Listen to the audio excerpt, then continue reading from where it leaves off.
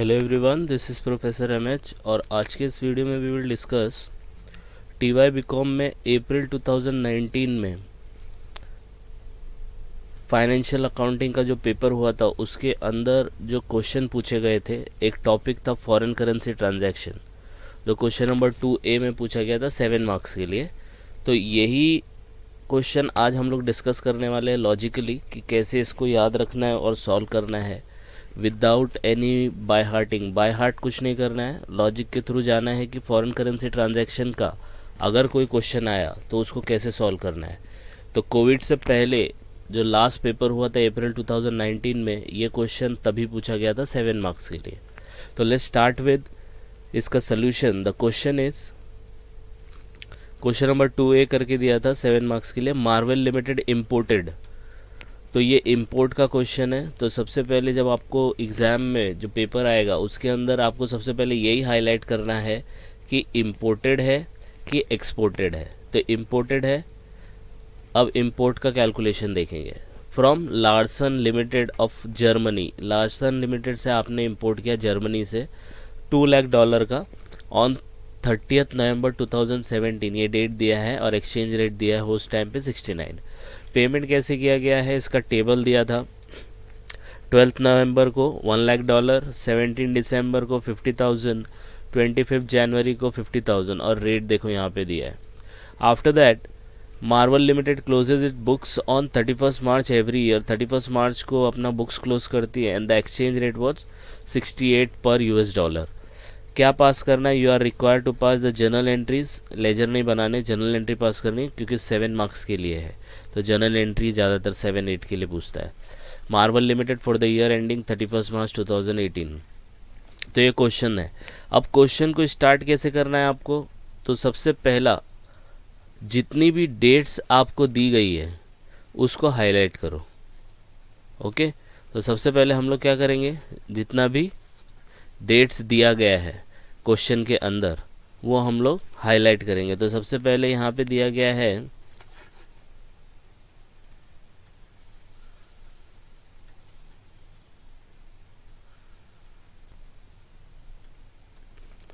तो सबसे पहले हम लोग डेट्स को हाईलाइट करेंगे।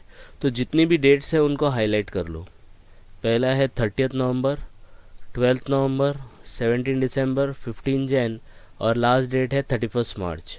इसको आपको क्या करना है, क्रोनोलॉजिकली लिखना है। तो आपको क्रोनोलॉजिकली नहीं समझ में आया या प्रेशर है नहीं समझ में आता कैसे करना है, तो सबसे पहले क्या करने का है, हाईलाइट कर लिया। इसको आप नोट डाउन कर लो। कैसे नोट डाउन करेंगे, डेट लिखो। पहली डेट क्या हाईलाइट किया आपने, 30 नवंबर, तो 30 नवंबर लिखने का। Okay, after that what is the date, 12 November, तो 12 नवंबर लिखने का। आफ्टर दैट 17 दिसंबर, 15 जैन। जो जो डेट देती जा रही है आपको उस हिसाब से उसको लिखते जाना है जब आपको कुछ समझ में नहीं आए। After that what is the last date, 31 March, 31 March हो गया। अब ये डेट आपने लिखा तो 30 नवंबर क्या, इसको शॉर्ट में लिख लेने का कि आपने इंपोर्ट किया है, डॉलर रेट था 69। ये मैंने देखो यहाँ पे एग्जाम में आप एकदम शॉर्ट में लिख सकते हो, $2 लाख, 69 का भाव। ओके, तो थोड़ा सा यस, ठीक है, ये आपने कर दिया है। फिर सेकंड क्या था, 12 नवंबर था। तो 12 नवंबर में आप देखेंगे तो आपने पेमेंट किया है, इंपोर्ट है तो पेमेंट किया है 68 पे। तो ये यहाँ पे देखो पेमेंट शॉर्ट में लिखो, $1 लाख, 68 का भाव। 17 दिसंबर को $50,000, 70 का भाव। तो यहाँ पे आ जाएगा 50,000, 70। 25 जैन को 50,000, अगेन 67 का रेट, ये आपको लिखना है। और ईयर एंडिंग पे तो ईयर एंड होता है और जब रेट चल रहा था 68, ये सिर्फ आपको हाईलाइट करना है। अगर आपने इतना लिख लिया तो आपका पूरा क्वेश्चन राइट हो जाएगा। तो ये लिखने के बाद आपको देखना है कौन सी डेट पहले आ रही है। अब बोलेंगे सर इधर पे नहीं कर सकते हम लोग क्वेश्चन में, यस कर सकते हो, यहाँ पे आप हाईलाइट कर लो कि कौन सी डेट पहले आ रही है। क्योंकि लेकिन कन्फ्यूजन होता है कि 30 नवंबर है, आप पहला जो डेट रहता है वही डेट पे एंट्री पास करते हो, लेकिन ये 30 नवंबर है और यहाँ पे देखो पेमेंट कब आ रहा है, 12 नवंबर, दिया भी नहीं है। तो ये एडवांस का क्वेश्चन है। तो इसीलिए डेट को अगर आपने लिखा तो आपको समझ में आएगा कि कौन सी डेट पहले आती है। तो ये देखो 11th 30 नवंबर, ये नवंबर है, दिसंबर है, जैन है और ये मार्च है। तो मंथ वाइज तो बराबर है, लेकिन देखो नवंबर के अंदर 30 नवंबर पहला डेट दिया है और 12 नवंबर को पेमेंट आया, तो इसका मतलब 12 नवंबर फर्स्ट एंट्री हो जाएगी। तो इसलिए मैंने देखो यहाँ पे क्रोनोलॉजी किया, ये फर्स्ट होगी, ये सेकेंड होगा, उसके बाद ये थर्ड, ये फोर्थ और ये फिफ्थ, इस तरीके से। ठीक है, तो आप पेंसिल से भी लिख सकते हैं और क्वेश्चन के अंदर भी आप हाईलाइट कर सकते हैं, ये सेकेंड एंट्री आएगा, ये फर्स्ट आएगा, ये थर्ड, ये फोर्थ और ये फिफ्थ। दोनों तरीके से आप जो तरीका आपको इजी लगे वो करो। ठीक है, क्योंकि प्रेशर रहता है तो आपको समझ में नहीं आएगा। अगर आपने पहली एंट्री ये पास कर दी तो पूरा सम रॉन्ग हो जाएगा। पहली एंट्री आएगी आपकी 12 नवंबर की। आई बात समझ में? यस और नो? तो इस तरीके से आपको ये करना है। ये इतना लिख लिया तो आप क्वेश्चन देखने की ज़रूरत ही नहीं है आपको। तो सबसे पहले हम लोग कौन सी एंट्री पास करेंगे? 12 नवंबर की। तो मैं इसको हाईलाइट कर लेता हूँ, ये आपका 12 नवंबर हो गया। ठीक है, अब कैसे एंट्री पास करनी है तो देखो, तो सबसे पहले हम लोग को पार्टी का नाम लिखना है जो कि in the books of Marvel limited है। देखो यहाँ पे दिया है मार्वल लिमिटेड। उसके बाद आपको लिखना है जर्नल एंट्री, और सबसे पहला लिखना है ये क्या है, इम्पोर्टेड है। तो इम्पोर्ट का देखो यहाँ पे मैंने हाईलाइट किया है, imported means purchase, purchase means expenses. अब एंट्री को कैसे, तो यहाँ आएगा डेट पर्टिकुलर, अमाउंट देखो यहाँ पे लिख दिया। ओके, अब कैसे इसको जर्नल एंट्री पास करना है, तो सबसे पहली डेट कौन सी है, 12 नवंबर को। तो 12 नवंबर आई विल राइट हियर। और जर्नल एंट्री कैसे पास करना है, तो जर्नल एंट्री सबसे पहला ये इम्पोर्टेड है, परचेज है, एक्सपेंस है, और 12 नवंबर को क्या हो रहा है, पेमेंट आ रहा है, राइट, पेमेंट जा रहा है, इम्पोर्टेड है तो पेमेंट जाएगा। तो क्या करना है आपको, ये 3 रूल याद रखने हैं, अगर याद होगा तो। Personal, real, nominal. क्या रूलिंग है इसका, तो पर्सनल का debit the receiver, credit the giver, ये आपने 11th में भी किया होगा। Real account debit what comes in, credit what goes out.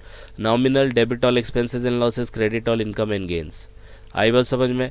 अब एंट्री में देखो, एंट्री में क्या दिया है, पेमेंट किया है, पेमेंट है, पेमेंट मतलब पैसा जा रहा है, इम्पोर्ट है ना, पैसा जा रहा है। अब पैसा जा रहा है तो देखो जाने के बेसिस पे यहाँ पे कुछ लिखा है क्या, तो रियल अकाउंट, क्योंकि पेमेंट जा रहा है मतलब कैश जा रहा है, कैश रियल होता है, तो रियल अकाउंट का रूलिंग लगेगा। डेबिट व्हाट कम्स इन, जब आएगा तो कम्स इन, जाएगा तो गोज आउट। तो क्रेडिट व्हाट गोज आउट, तो क्रेडिट में करेंगे, तो क्रेडिट में क्या लिखेंगे आप, टू कैश बैंक। आई बात समझ में? क्रेडिट में क्या लिखेंगे आप, टू कैश बैंक लिखेंगे। कितना लिखेंगे वो हम लोग देखते हैं, क्योंकि यहाँ पे आपको $1,00,000 है, 68 का भाव है, तो यहाँ पे हम लोग रूलिंग लिख लेंगे $1,00,000, यहाँ पे हाईलाइट कर लेते $1,00,000 इंटू 68। क्लियर है? अब ये पेमेंट किसको जा रहा है, तो जिससे इंपोर्ट किया है, तो इंपोर्ट किससे किया था, लार्सन लिमिटेड ऑफ जर्मनी, तो लार्सन लिमिटेड ऊपर आ जाएगा, लार्सन लिमिटेड अकाउंट डेबिट। आई बात समझ में? $1,00,000 इंटू 68, अमाउंट आएगा ये, यहाँ पे लिख देंगे narration being advance payment made. देखो एडवांस वर्ड कहीं पे भी मेंशन नहीं किया है, आपने ये डेट वाइज किया तो तब समझ में आया कि इंपोर्ट बाद में हुआ है, पहले पेमेंट चला गया है। आई बात समझ में? और याद रखना कि एक एक लाइन छोड़ो, चाहे यूज़ करो या मत करो, अगर सम को प्रॉपरली टैली करना है तो कोई भी एंट्री आएगा बीच में, डेबिट में और क्रेडिट, ये दोनों के बीच में एक लाइन ज़रूर छोड़ना, क्योंकि एफ का चेंजेस आ सकता है। ठीक है, तो फर्स्ट एंट्री आपको समझ में आई, पैसा जा रहा है, पेमेंट है, पेमेंट मतलब कैश जा रहा है, कैश रियल होता है, राइट। और वो भी नहीं समझ में आता, रियल होता है, पर्सनल होता है, नॉमिनल होता है, पेमेंट है ना, जा रहा है ना, जाएगा ही, जब आप किसी को पे करोगे तो जाएगा। तो जाने से रिलेटेड कुछ इंग्लिश में लिखा है क्या, तो देखो यहाँ पे debit what comes in, credit what goes out. तो क्रेडिट होता है जो जाता है, राइट, तो क्रेडिट में लिख दिया टू कैश बैंक। और किसको जा रहा है, लार्सन, लार्सन एक इंडिविजुअल कंपनी है, तो उसको आप पर्सनल बोल सकते हो, राइट। तो डेबिट द रिसीवर, और वो भी नहीं समझ में आता है तो ये कंपनी क्या है, जब आप पे करोगे तो वो रिसीव करेगी ना, तो लार्सन लिमिटेड इज रिसीविंग, तो रिसीव से कुछ है क्या, तो देखो यहाँ पे debit the receiver, credit the giver, तो डेबिट कर देंगे। आई बात समझ में? तो 12 नवंबर का एंट्री आपका हो गया। अब 30 नवंबर का एंट्री पास करेंगे, सेकेंड वन, तो यहाँ पे हम लोग डेट लिखेंगे 30 नवंबर। ओके, 30 नवंबर लिखा। अब क्या है, इंपोर्ट किया है। इंपोर्ट क्या होता है, इंपोर्ट किया तो उसको परचेज बोलेंगे। कोई भी चीज़ आप इंपोर्ट करोगे तो परचेज हो गया, परचेज मतलब एक्सपेंस हो गया। अब चेक करो, परचेज है मतलब खर्चा है, खर्चे से रिलेटेड इंग्लिश में कुछ दिया है यहाँ पे, ये रूलिंग याद होगा तो आपका पूरा जर्नल एंट्री क्लियर हो जाएगा। तो एक्सपेंस है, तो एक्सपेंस से रिलेटेड, हाँ सर दिया है, नॉमिनल अकाउंट में दिया है, debit all expenses and losses, credit all income and gains, तो ये एक्सपेंस है। एक्सपेंस को क्या करने बोला है, डेबिट करने बोला है तो debit all expenses and losses, तो क्या लिखेंगे हम लोग, यहाँ पे लिखेंगे परचेज अकाउंट डेबिट। अगर मशीन होता, क्योंकि मशीन के भी क्वेश्चन आते हैं, अभी तक तो नहीं आया लेकिन चांसेस है, तो मशीन भी याद रखो। तो परचेज अकाउंट डेबिट, ठीक है। कितना परचेज कर रहा है, तो डेट है इंपोर्ट किया 2 लाख का, रेट है 69 का, तो $2 लाख इंटू 69 लिखेंगे, अमाउंट आ जाएगा 1,38,00,000। समझ में आया, purchase and machinery account debit. फिर एक लाइन छोड़ना है, मैंने आपको बोला हर एंट्री में एक लाइन छोड़ दो। उसके बाद नीचे क्रेडिट क्या करोगे, तो परचेज कर रहे हो, किससे परचेज कर रहे हो, लार्सन से कर रहे हो ना। यहाँ पे क्या दिया है, इम्पोर्टेड फ्रॉम लार्सन, तो लार्सन से कर रहे हो, तो क्रेडिट में क्या आएगा, Larsen. Debit the receiver credit the giver, तो ये गिव कर रहा है ना, गुड्स गिव कर रहा है, तो यहाँ आ जाएगा लार्सन। अब इसमें अमाउंट क्या लिखेंगे, तो लार्सन लिमिटेड बोलेगा भाई मुझे 1,38,00,000 पे मत शो करो, क्यों, क्योंकि मैंने ऑलरेडी $1,00,000 एडवांस दे दिया है। तो क्या करने का, $1,00,000 68 के भाव से दिखाओ, और $1,00,000 जो परचेस है उसके हिसाब से दिखाओ। तो $1,00,000 68 से, $1,00,000 69 से, तो देखो कैलकुलेशन कैसा होगा, $1,00,000 इंटू 68, क्यों, क्योंकि ऑलरेडी पेमेंट दे चुका था, और आज के डेट पे वो परचेज हो रहा है, तो आज के डेट पे $2,00,000 का परचेज हुआ, तो 1,00,000 उसमें से माइनस किया तो बचा कितना, 1,00,000, तो 1,69,000 से आएगा। तो दोनों को टोटल करेंगे तो टोटल का क्या आएगा हिसाब, 68 लाख प्लस 69 लाख, दोनों को टोटल करेंगे तो आपको कुछ मिलेगा 1,37,00,000। अब याद रखना कि जनरल एंट्री में दोनों टैली होता है, ये भी टैली होता है, ये भी टैली होता है, राइट। अब टैली होगा तो यहाँ पे देखो डिफरेंस आ रहा है, कहाँ पे डिफरेंस आ रहा है, 1,38,00,000 1,37,00,000, तो यहाँ आ रहा है, तो इसको मैं यहाँ पे लिखूंगा। अब ये यहाँ पे तो ये क्या क्रेडिट है, तो जो भी एक्सचेंज रेट की डिफरेंस होता है उसको हम लोग क्या लिखते हैं, foreign exchange fluctuation account, FEF जिसको शॉर्ट में बोलते हैं, FEF। आई बात समझ में, यस और नो। तो इस तरीके से करना है, और यहाँ पे नरेशन लिख देना है, बीइंग गुड्स इंपोर्टेड। क्लियर है, एंट्री 2 एंट्री हो गई है। अब पेमेंट करेंगे। अब पेमेंट कैसे होगा, पेमेंट ऐसे ही होगा कि भाई $2,00,000 का परचेस किया था, उसमें से $1,00,000 का एडवांस आ चुका है, बचा 1,00,000, तो चेक करो, देखो 50-50 हज़ार पे कर दिया तो हो जाएगा। तो 17/12 नेक्स्ट डेट आएगी आपकी, 17/12 को। 17/12 को क्या है, अगेन पेमेंट हो रहा है, तो पेमेंट ऑलरेडी एक एंट्री पास कर चुके हैं, देखो Larsen limited to cash bank. अब पेमेंट, जितने भी पेमेंट आएंगे, इंपोर्ट है तो सब एंट्री सेम रहेगी, तो मैं क्या करूँगा, सबका एंट्री मैं इस तरीके से पास कर लूँगा। आई बात समझ में। अब 17 है, 17 के बाद कौन सा डेट आ रहा है, 25 आ रहा है, 25 को भी पेमेंट आ रहा है, तो वैसे ही लिख लूँगा Larsen limited to cash bank account. आ रही है बात समझ में, Larsen limited to cash bank account करके मैं लिख लूँगा। तो अब इसमें क्या है, अमाउंट फिट करना है। अमाउंट कैसे फिट होगा, पहले 17/12 का देखते हैं, क्योंकि 2 ही पेमेंट बचा है, दोनों पेमेंट एक साथ देख लेंगे। तो कैश बैंक है, कैश बैंक में क्या लिखने का, कितना पेमेंट जा रहा है वो डेट पे, तो $50,000 70 के भाव से, तो $50,000 70 के रेट से। 25 तारीख को कितना पेमेंट जा रहा है, 50,067 के रेट से, तो यहाँ पे लिखेंगे 50,067 के रेट में, देखो कैश बैंक के सामने। आ रही है बात समझ में। अब लार्सन लिमिटेड जिसको ये पेमेंट जा रहा है, उसको क्या रेट पे लिखेंगे, तो उसको क्या रेट पे लिखेंगे, जितने में परचेज किया, तो परचेज तो 69 पे किया, उसमें से $1,00,000 68 के भाव से दे भी चुका है, वो उसको दे चुके हैं हम लोग, राइट, पेमेंट जा चुका है, तो बचा कितना, $1,00,000 69 के रेट से बचा। तो हम लोग लार्सन लिमिटेड में 50,000 जब लिखेंगे तो 69 के रेट से लिखेंगे, याद रखना, देखो 69 है, इसको हाईलाइट कर देता हूँ। आ रही बात समझ में। सेम जब 25 तारीख को जाएगा तो यहाँ पे भी हम लोग कितना लिखेंगे रेट, 50,000 69 के रेट से। आई बात समझ में, यस और नो। बस इसको मल्टीप्लाई करना है, 50,000 इंटू 69 करेंगे आप तो कितना आएगा, 34,50,000, और फिर 50,000 इंटू 70 करेंगे तो 35 लाख आएगा। इधर करेंगे तो सेम 34,50,000, और यहाँ करेंगे 67 तो यहाँ पे आ जाएगा 33,50,000। अब दोनों टैली होना चाहिए, देखो यहाँ पे भी टैली हुआ था, यहाँ पे भी टैली हुआ, यहाँ पे भी होना चाहिए, तो ये 34,50,000 है, 35 है, 50,000 का डिफरेंस आ रहा है, ये साइड पे डिफरेंस आ रहा है डेबिट साइड पे, तो 50,000 लिख देंगे, और उस डिफरेंस को क्या बोलेंगे, फॉरेन एक्सचेंज फ्लक्चुएशन अकाउंट। आई बात समझ में। सेम वे में ये 34,50,000 है, ये 3350 है, तो 1,00,000 का डिफरेंस आ रहा है, तो कौन से साइड आएगा, इधर पे आएगा, तो यहाँ पे लिख देंगे फॉरेन एक्सचेंज फ्लक्चुएशन। अब ये क्रेडिट है तो क्रेडिट में 2 से लिखने का। अब डेबिट है, जैसे ये डेबिट हुआ था, ये 50,000 डेबिट है, तो डेबिट में है तो फॉरेन एक्सचेंज अकाउंट डेबिट ऐसा लिखने का। आ रही है बात समझ में? एंट्री हो गई आपकी पूरी, ये दोनों पेमेंट हो चुका है। आई बात समझ में? तो इस तरीके से आपको क्या करना है, एंट्री पास करनी। 7 मार्क्स के लिए पूछा था। अभी एक बचा ईयर एंडिंग। ईयर एंडिंग पे क्या होता है, ईयर एंडिंग पे आपको ये याद रखना है, देखो यहाँ पे मैंने लिखा है, आप देख सकते हो, इसको बड़ा कर देता हूँ। On year ending pass 2 entries, 2 entry pass करनी है बाय डिफॉल्ट। फॉरेन करेंसी का क्वेश्चन आया, 2 एंट्री पास करनी है। कौन सा?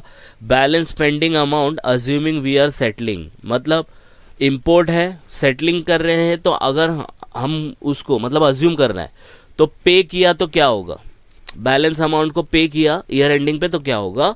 और दूसरा bye default foreign exchange fluctuation को क्लोज करके पीएनएल में डालना है। तो यहाँ पे कोई बैलेंस अमाउंट नहीं बचा है, देख लो ना। $2 लाख का इंपोर्ट किया, पेमेंट आया 1,50,000 50,000 टोटल हो गया, बैलेंस नहीं है, तो पहली एंट्री नहीं आएगी, लेकिन दूसरी तो आएगी ना। दूसरी बाय डिफॉल्ट कोई भी छोटा क्वेश्चन हो या बड़ा क्वेश्चन हो, फॉरेन एक्सचेंज फ्लक्चुएशन ट्रांसफर होके पीएनएल में जाता है। अब इसको कैसे करने का, तो बहुत लोगों को यही कन्फ्यूजन है कि सर समझ में नहीं आता है कि लेजर बनाए कि कैसे करना है इसको। तो इसका शॉर्टकट बताता हूँ मैं आपको। ये तो समझ में आया ना, 2 एंट्री पास करनी है, यस। अब क्या करना है, देखो सबसे पहला डेट लिख लेने का, ईयर एंडिंग का लिख लिया डेट, ओके। अब कैसे करना है पूरा क्वेश्चन, इसको थोड़ा सा छोटा करता हूँ तो आपको पूरा क्वेश्चन स्क्रीन पे दिखेगा। ये आपका पूरा स्क्रीन है, थोड़ा छोटा है, जूम करके भी देख सकते हो, ठीक है। अब इसके अंदर क्या है, हम लोग को क्या बोला था, इसको ऊपर कर लेता हूँ, balance pending amount assuming we are settling, तो बैलेंस का तो क्वेश्चन ही नहीं। सेकंड, एफईएफ को क्लोज करके ट्रांसफर करना है पीएनएल में। तो एफईएफ जहां लिखा है ना, देखो पहली एंट्री में एफईएफ नहीं है तो दूसरी में तो है ना, तो उसको सिर्फ हाईलाइट करो, आप लोग सर्कल करना एग्जाम में। दूसरे में एफईएफ डेबिट हो रहा है 50,000, उसको हाईलाइट करो, सर्कल करो। तीसरा एफईएफ देखो क्रेडिट हो रहा है, हाईलाइट करो। आई बात समझ में? तो ये हाईलाइटेड रहेगा तो समझ में आएगा। अब हाईलाइटेड को ऐड करो, तो जब आप इसको ऐड करेंगे तो 1 लाख और 1 लाख सिर्फ एफईएफ, हाँ एफईएफ को ऐड करेंगे तो कितना आएगा, 2 लाख। इधर पे एफईएफ का टोटल कितना है, 50,000। तो ये जो ट्रांसफर टू पीएनएल बोला है ना, ये एग्जैक्टली उतना ही होना चाहिए कि दोनों साइड बराबर हो जाए। तो यहाँ का टोटल 2 लाख, यहाँ का टोटल 1.5 लाख, तो डिफरेंस कितना आएगा, 1.5 लाख का।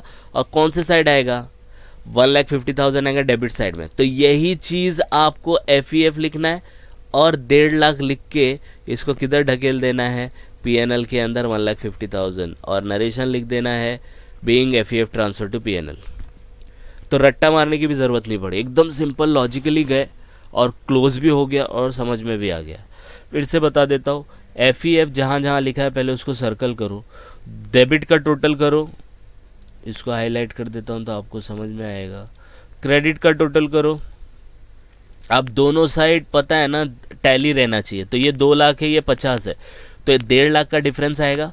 वही जहां डिफरेंस आएगा वहां ही एफईएफ लिखने का और अपोजिट डायरेक्शन में पीएनएल लिखने का। आई बात समझ में? और लॉजिकली मैंने इसका लिंक डिस्क्रिप्शन में दे दिया है, और भी क्वेश्चंस है उसमें जाके मैंने बहुत अच्छे से एक्सप्लेन किया है। ये अब आपका बोर्ड का पेपर है तो यहाँ पे हम लोग सिर्फ शॉर्टकट देख रहे हैं कि कैसे पेपर को कवर करना है। आई बात समझ में? तो उसका लिंक डिस्क्रिप्शन में है, और डीप में समझना है तो आप उस लिंक पे जाके इस कॉन्सेप्ट को क्लियर कर सकते हैं। तो ये आपका 7 मार्क का क्वेश्चन हो गया। इसमें लेजर नहीं पूछा है तो हम लोग इतना बना के छोड़ देंगे। तो होप आपको ये समझ में आया हो, तो आप इसको गो थ्रू करो। कुछ डाउट आएगा तो कमेंट करके बता सकते हैं। तो जस्ट गो थ्रू इट, कुछ डाउट आएगा please comment, and please like and subscribe for more videos. Thank you.